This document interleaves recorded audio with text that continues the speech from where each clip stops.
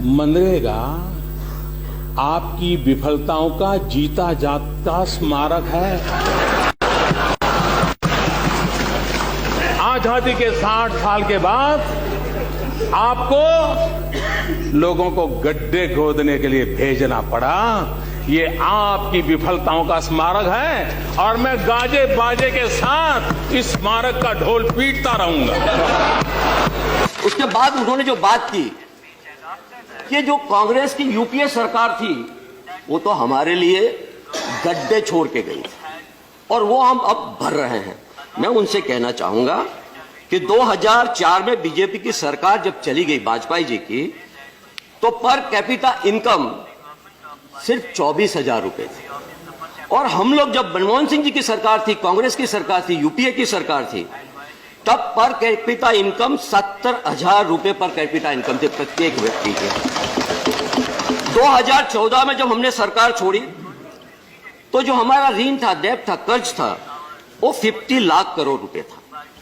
आज 73 लाख करोड़ रुपए यानी कि 20-22% बढ़ गया है सिर्फ 3.5 या पौने 4 साल में। भाजपा की सरकार बनने के बाद 3 महीने अंदर हम लोग मंगलायन मंगल पे पहुंच गया हमारा। तो मैं उनसे पूछना चाहता हूं कि क्या ये गड्ढा था? पर कैपिटा इनकम जो हमने बढ़ाई वो गड्ढा था और आप जो कर रहे हैं वो गड्ढा है या आपने भरा हुआ है? गुजरात की बात करें, 12 साल तक प्रधानमंत्री जी वहां पे थे। जब वो आए सब 43,000 करोड़ का था। आज वो वहां पे कर्जा 1,75 करोड़ रुपए हो गए हैं। तो क्या वो गड्ढा था या गड्ढा खोदा या गड्ढा उन्होंने भरा?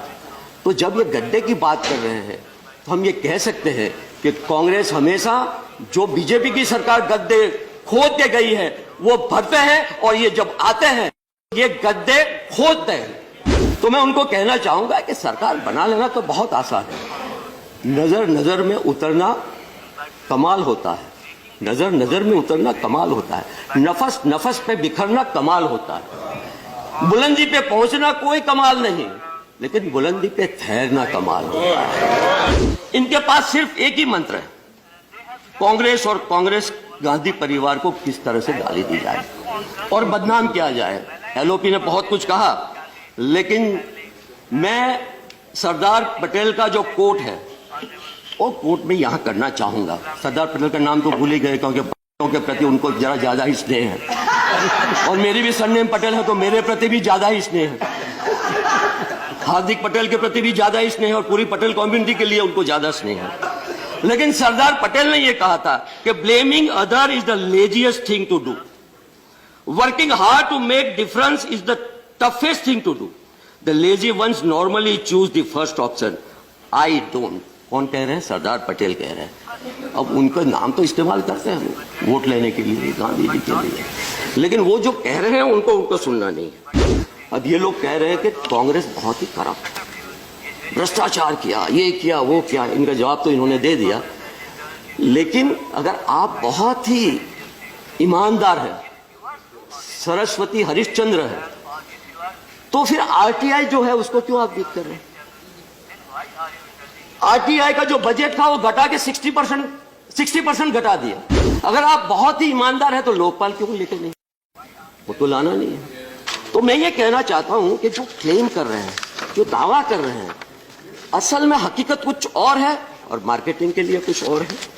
लेकिन ये सरकार जो है, मेरे ख्याल से बहुत ही कटु शब्द होगा लेकिन उससे कम मैं कह भी नहीं सकता, जिसे कहते हैं अहंकार से भरी हुई, एरोगेंट सरकार। सही बात है, इसमें टॉलरेंस बिल्कुल भी नहीं है। ये अभिमान वाली सरकार है जिसमें सहनशीलता बिल्कुल भी नहीं है। और उसीलिए जावेद अख्तर जी की पोएट्री में कल सुन रहा था और वो पोएट्री में जो कहा गया है वो बिल्कुल आज का जो माहौल है उसके संदर्भ में बिल्कुल फिट बैठती है। किसी का हुक्म है इस गुलसिता में बस एक रंग के ही फूल होंगे, किसी का हुक्म है इस गुलसिता में बस एक रंग के ही फूल होंगे, कुछ अफसर होंगे जो ये तय करेंगे गुलिस्ता किस तरह बनना है कल का, यकीनन फूल तो एक रंगी होंगे, मगर ये रंग होगा कितना गहरा और कितना हल्का, ये अफसर तय करेंगे। किसी को कोई ये कैसे बताएं, गुलिस्तान में कहीं भी फूल एक रंगी नहीं होते, कभी हो ही नहीं सकते। किसी को अब कोई कैसे बताए, हवाएं और लहरें कब किसी का हुक्म सुनती, कब किसी का हुक्म सुनती है। किसी को अब कोई कैसे बताएं, हवाएं और लहरें कब किसी का हुक्म सुनती है। हवाएं हाकिमों की मुट्ठियों में, हथकड़ी में, कैद खानों में नहीं रुकती। ये लहरें रोकी जाती है तो दरिया कितना भी पुरसुकून हो, बेताब होता है, और इस बेताबी का अगला कदम सैलाब होता है।